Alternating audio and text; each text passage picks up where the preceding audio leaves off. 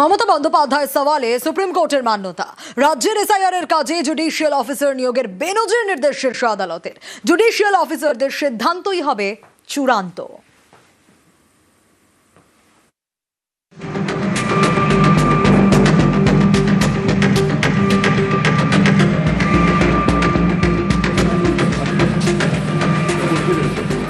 That their SIR process is only for deletion, not for inclusion. Mismatch not only the title, sir. Mismatch, mismap, unplanned. SIR নিয়ে supreme কোর্টে মমতা বন্দ্যোপাধ্যায়ের করা মামলা। শুক্রবার সেই মামলা শুনানি হয়। সেখানে প্রধান বিচারপতির বেঞ্চ নির্দেশ দেন, পশ্চিমবঙ্গে এসআইআর এর কাজে জুডিশিয়াল অফিসার নিয়োগ করবেন কলকাতা হাইকোর্টের প্রধান বিচারপতি। জুডিশিয়াল অফিসাররাই যুক্তিগ্রাহ্য তথ্য বিভ্রাটের নথি সহ আনুষঙ্গিক সমস্যা যাচাই করবেন। জুডিশিয়াল অফিসারদের সিদ্ধান্তই হবে চূড়ান্ত। জুডিশিয়াল অফিসারদের কাজে বাবু কালচার চলবে না। তাদের পরিকাঠামোগত সহায়তা করবেন ডিস্ট্রিক্ট ইলেকটোরাল অফিসার এবং জেলা পুলিশ সুপাররা। ভারতবর্ষের ইলেকটোরাল রিফর্মসের আজকে ইতিহাস তৈরি হলো। আজকে সুপ্রিম কোর্ট বলল, এই যত কেস আছে, যা ক্লেম আছে, যা অবজেকশন আছে, যেগুলো ডাউটফুল আছে, chief justice of Calcutta high court তিনি জুডিশিয়াল অফিসার্স অ্যাপয়েন্ট করবেন। Final decision will be taken by the judicial officers. Supreme court কথাও বলেছে, ভারতবর্ষের সংবিধানের মানুষের অধিকার হচ্ছে সবচেয়ে বড় অধিকার, এবং যত ডকুমেন্ট আছে যেগুলো আপলোড দিয়েছে আপলোডও হয়নি, সেই ডকুমেন্টকেও এক্সামিন করতে হবে। যুক্তিগ্রাহ্য তথ্য বিভ্রাটের কথা বলে ভোটার তালিকা থেকে নাম বাদ দেওয়া চক্রান্ত করা হচ্ছে, এই অভিযোগে সরব মমতা বন্দ্যোপাধ্যায়। তিনি সুপ্রিম কোর্টে মামলা করেন, নিজের সওয়ালও করেন। That their SIR process is only for deletion, not for inclusion. Mismatch not only the title, sir. Mismatch, mismap, unplanned. Now suppose a daughter after marriage, she go to the in-laws house. Now why she's changed her title? Why she's using the husband's name, husband's title?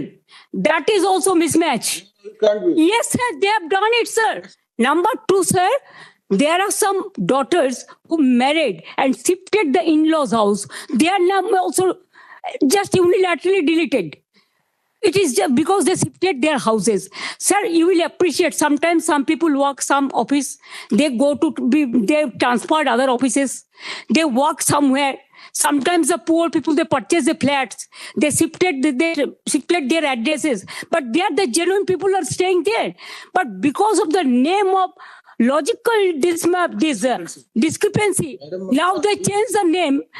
No, instead of logical discrepancy, when you gave order, sir, they violated, and they say it is a discrepancy mapping. গত 9 ফেব্রুয়ারি supreme court নির্দেশ দেয়, রাজ্যকে ৮৫০৫ জন অফিসারের তালিকা দিতে হবে। রাজ্যের অফিসাররাই micro observer হিসেবে কাজ করবেন। মাইক্রো অবজারভাররা কোনো সিদ্ধান্ত নিতে পারবেন না। ইআরও এবং এইআরওদের কাজে তারা শুধু সাহায্য করবেন। শুনানিতে চূড়ান্ত সিদ্ধান্ত নেবেন ইআরও এবং এইআরও। মাইক্রো অবজারভার নিয়ে মমতা বন্দ্যোপাধ্যায়ের আপত্তিতে ৪ ফেব্রুয়ারি মান্যতা দেয় সুপ্রিম কোর্ট। এবার যুক্তিগ্রাহ্য তথ্য বিভ্রাট নিয়েও মমতার সওয়ালে সুপ্রিম মান্যতা। জুডিশিয়াল অফিসার নিয়োগ করার নির্দেশ শীর্ষ আদালতের। মমতা বন্দ্যোপাধ্যায় যে কথা বলেছে, অভিষেক বলেছে, আমরাও চেষ্টা করেছি, সবাইকার মান্যতা পেয়েছে। নিউজ 18 বাংলা। 28 ফেব্রুয়ারি পশ্চিমবঙ্গে চূড়ান্ত ভোটার তালিকা প্রকাশ করা কার্যত অসম্ভব। এখনো স্ক্রুটিনির কাজ বাকি। তার সঙ্গে মমতা বন্দ্যোপাধ্যায়ের করা মামলায় সুপ্রিম কোর্টের বেনজির নির্দেশ। যুক্তিগ্রাহ্য তথ্য বিভ্রাটের নথি খতিয়ে দেখবেন জুডিশিয়াল অফিসাররা। অর্থাৎ ভোটার তালিকা প্রকাশের দেরি, বিধানসভা ভোটেও দেরি।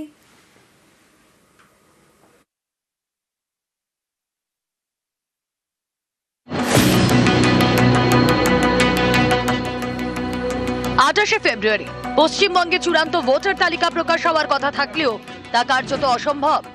এর কারণ একাধিক।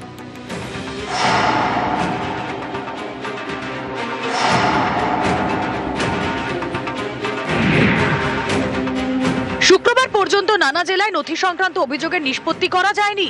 বহু ভোটার শুনানির সময় যে নথি জমা দিয়েছেন তা কমিশনের তালিকা অনুযায়ী নয়। এই অসঙ্গতি চিহ্নিত করে নথি ফেরত পাঠানো হচ্ছে জেলা নির্বাচনী আধিকারিকদের কাছে। এটা মাইক্রো অবজারভারদের সুপার যাচাই প্রক্রিয়া।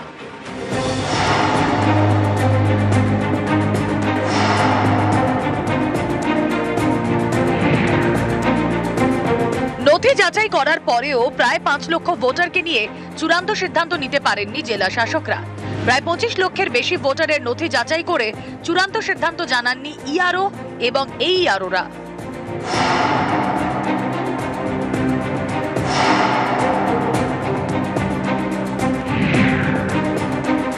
কমিশন মনে করছে এখনো প্রায় 30 লক্ষ ভোটারের নথি ফের যাচাই করা প্রয়োজন। সব মিলিয়ে প্রায় 60 লক্ষ ভোটারকে নিয়ে নানা অভিযোগের এখনো নিষ্পত্তি হয়নি। এই পরিস্থিতিতে পশ্চিমবঙ্গের মুখ্য নির্বাচনী আধিকারিক মনোজ কুমার আগরওয়ালের বক্তব্য, কাজ শেষ না হলে সময় বাড়ানো হবে। এই পরিস্থিতিতে যোগ হয়েছে আরো একটি বিষয়, সুপ্রিম কোর্টের বেনজির নির্দেশ। মমতা বন্দ্যোপাধ্যায়ের করা এসআইআর মামলায় শুক্রবার শীর্ষ আদালতের নির্দেশ, যুক্তিগ্রাহ্য তথ্য বিভ্রাটের নথি খতিয়ে দেখবেন জুডিশিয়াল অফিসাররা। জুডিশিয়াল অফিসারদের বাছাই করবেন কলকাতা হাইকোর্টের প্রধান বিচারপতি। এই নিয়ে শনিবার তিনি বৈঠক করবেন পশ্চিমবঙ্গের সিইও এবং নোডাল অফিসারের সঙ্গে।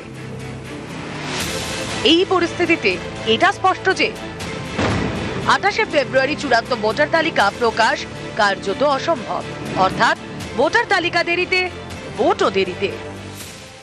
এখন এটাই সবথেকে বড় প্রশ্ন, এত সংখ্যক ভোটারের নথির অভিযোগের নিষ্পত্তি আদৌ সম্ভব শনিবারের মধ্যে, নাকি এর জন্য ফের সময়সীমা বাড়ানোর আবেদন রাজ্যের মুখ্য নির্বাচনী আধিকারিককে করতে হবে জাতীয় নির্বাচন কমিশনের কাছে? যদিও রাজ্যের মুখ্য নির্বাচনী আধিকারিক স্পষ্টভাবে জানিয়ে দিয়েছেন সময় প্রয়োজন হলে সময় বাড়াতে হবে। ক্যামেরায় কুণাল চৌধুরীর সঙ্গে সোমরাজ বন্দ্যোপাধ্যায়, নিউজ 18 বাংলা, কলকাতা। এসআইআর এর চরম উদ্বেগে পানিহাটির ভোটার। 2002 এর ভোটার লিস্টে নাম থাকলেও জোটেনি এসআইআর ফর্ম। অভিযোগ, বারবার আবেদনের পরও সহযোগিতা করেননি বিএলও। তাই এসআইআর এর নাম বাদের আশঙ্কায় বিশেষভাবে সক্ষম মহিলা। 2002 সালে নাম থাকাকালেও আমার ফর্ম আসেনি, লিস্টে নাম আছে। এসআইআর ফর্ম তো পাইনি আমি। বিএলও বলছে আজ না কাল, কাল না পরশু।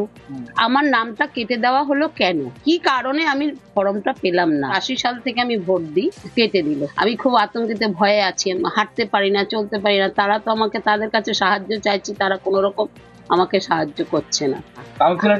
কাউন্সিলরকে জানিয়েছি, 30 নম্বর ওয়ার্ড। আমি জায়গা পরিবর্তন করেছি, সেখানেও আমি গেছি, কিন্তু তারা কেউ আমাকে কোনো রকম গুরুত্ব দিচ্ছে না। আমি কি সামনে বিধানসভায় ভোট দিতে পারবো না? 2002 এর লিস্টে নাম থাকলেও কেন দেওয়া হলো না ফর্ম? এসআইআর ফর্ম না মেলায় সাহায্য করা সম্ভব নয় বলে সাফাই বিএলও। ওনার নামে ফর্ম আসেনি, তাই আমি দিতে পারিনি। ওনাকে বলেছি তো। এটা কি নির্বাচন কমিশনের তরফ থেকে কোনো সমস্যা হয়েছে? আমি তো বলতে পারবো না। আমার কাছে যে কজন ফর্ম এসছে আচ্ছা, আমি প্রত্যেককে দিয়েছি, প্রত্যেককে প্রচুর সহযোগিতা করেছি, আমাকেও সেটা বলেছে।